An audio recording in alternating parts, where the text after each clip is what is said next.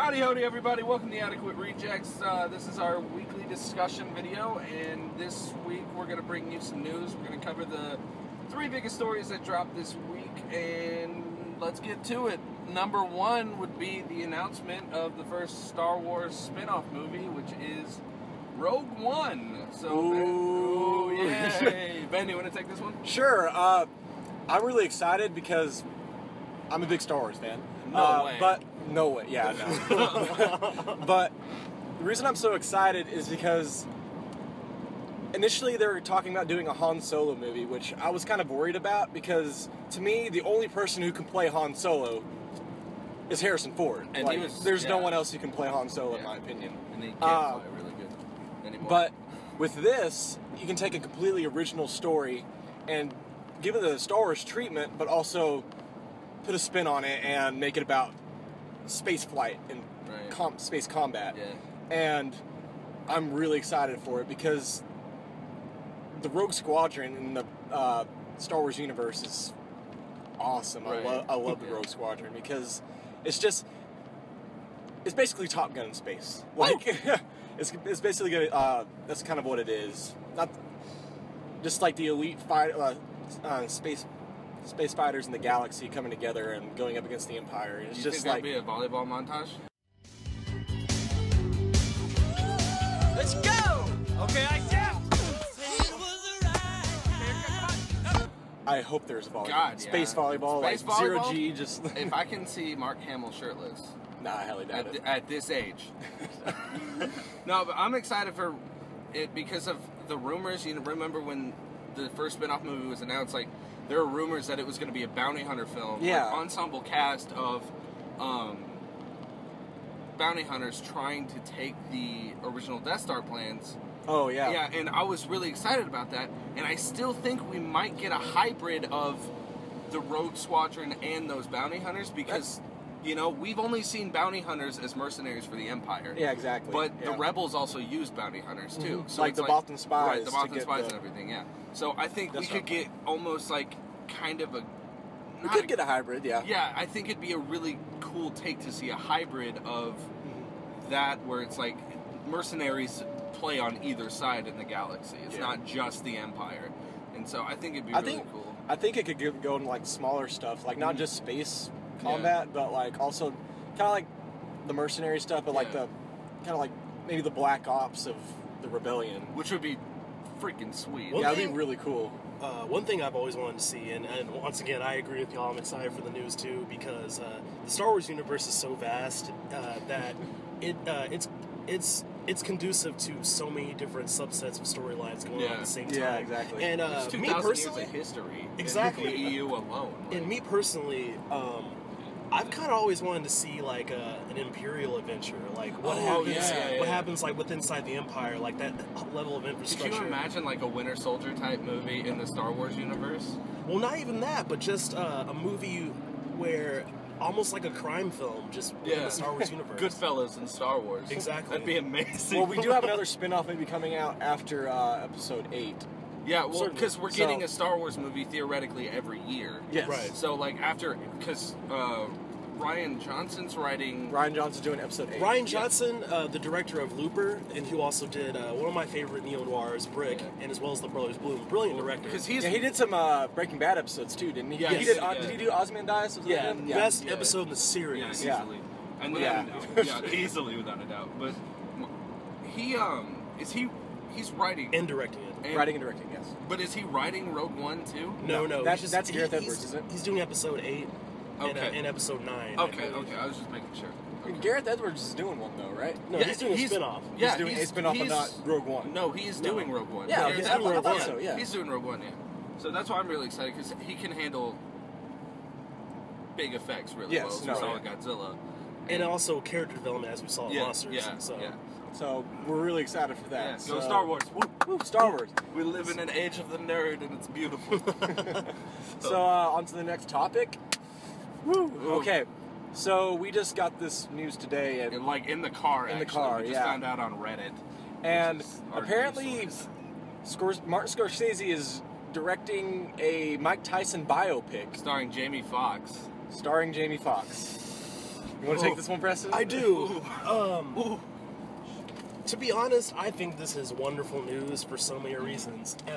First reason is because Martin Scorsese, he's one of the great living filmmakers. I mean, I don't think any of y'all would argue with that. Yeah. Oh, I mean, Michael Bay.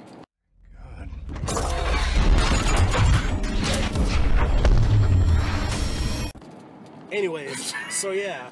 And he's so official that he's gotten to this point to where he can rip himself off and still make brilliant movies. I mean, look at The Wolf of Wall Street. A great movie, but it has a very Goodfellas vibe that feels more encompassing as far as his career goes, rather than ripping himself off. If that makes any sense. And because, like, I think a lot of people are going to automatically think of Raging Bull, but I don't think this is going to be Raging Bull. It's not going to be, but I was going to bring up Raging Bull because Raging Bull is the sports biopic, in my opinion. It's one of the greatest movies of all time, and second to Goodfellas, I think it's his best movie.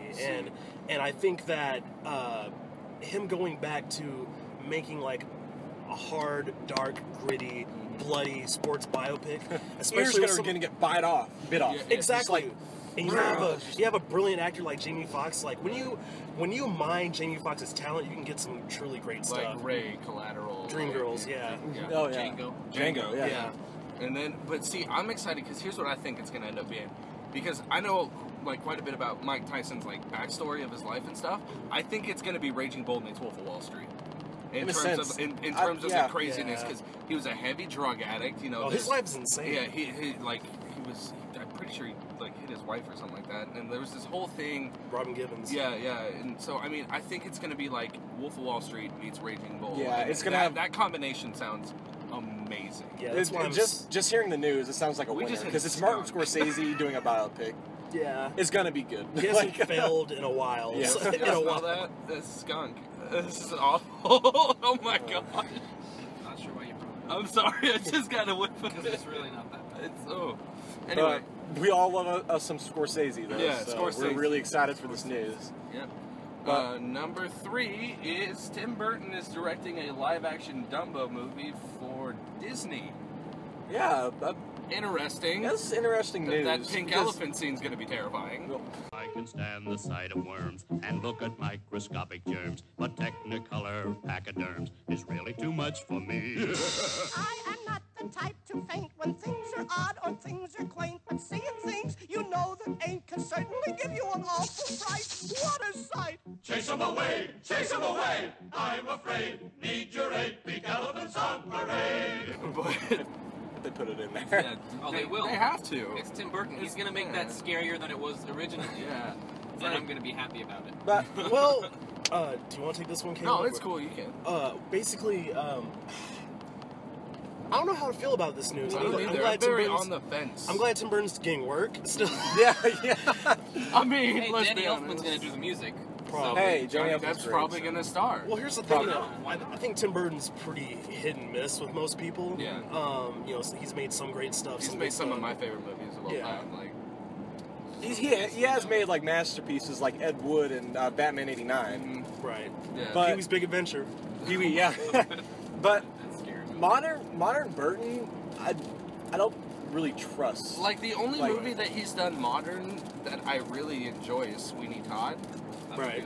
That was really good. It's really good. It's a really good musical, but like, I mean, that's it. That I can like Alice in Wonderland. I enjoyed somewhat, but the problem with Alice in Wonderland, and I'm with you. I liked it. It's just visually he got it right. It's just it takes weird turns. Well, that and also he doesn't. Weird for Alice in Wonderland. At least. He doesn't. What he's doing is he's remaking the story of Hook to fit Alice in Wonderland. Yeah. And visually he got it right as far as the trippiness goes because that's how the original story is supposed to be.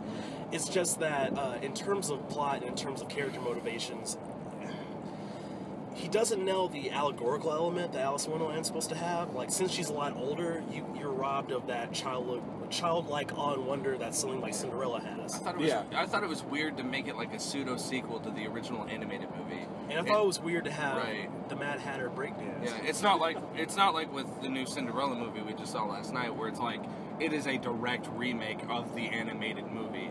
It's like Burton made it this weird sequel where Alice is like in her like early 20s or like late teens or something like that. Well, this will be the third time Tim Burton's either remaking or like kind of rehashing a old property. He did Willy Wonka, he did That's true, Alice in yeah. Wonderland, now he's doing Dumbo. Yeah. Say what you will about the first two movies, but I mean, we'll like, see how this Dumbo Dumbo is goes. in his realm, but I'm like, In a sense, here's the thing about how are Tim you gonna Burton. make it work live action? Yeah. Too? The thing about Tim Burton is that he's a great visual filmmaker. He brings a lot of like quirky Southern Gothiness to his work that I think works with certain movies, but it's just he's not great with performances. And I feel like with anything, I feel like with Dumbo, I just don't know. Right. Yeah, I don't know. we'll But definitely have to The see, real like, question is though, is Helena Bonham Carter going to be in this one Probably not. because of the divorce? Or is Johnny Depp going to Or go is- method and play Dumbo? What if he dresses? No, it'll be like It'll be like he was in Tusk, Tusk. yeah. He was in Tusk. It'll be- But now he's going to fully transform into the elephant this time. It'll be Johnny Depp It makes transforming. sense. He's Yeah, it the makes el- so much sense. He's, He's the the Elephant Man. Well, Oh man, no, but that movie's probably going to be weird. yeah, it'll definitely be Easily. weird. Oh yeah. But, Yeah. well, thanks for tuning in. All right, stay tuned. We're gonna have more stuff this week as we're in Austin. We're going to be filming a skit. And A couple skits actually. Yeah. because we're going. We'll have more camping. coverage coming up for you shortly. So, Yeah, so, stay uh, tuned. All right. Take care.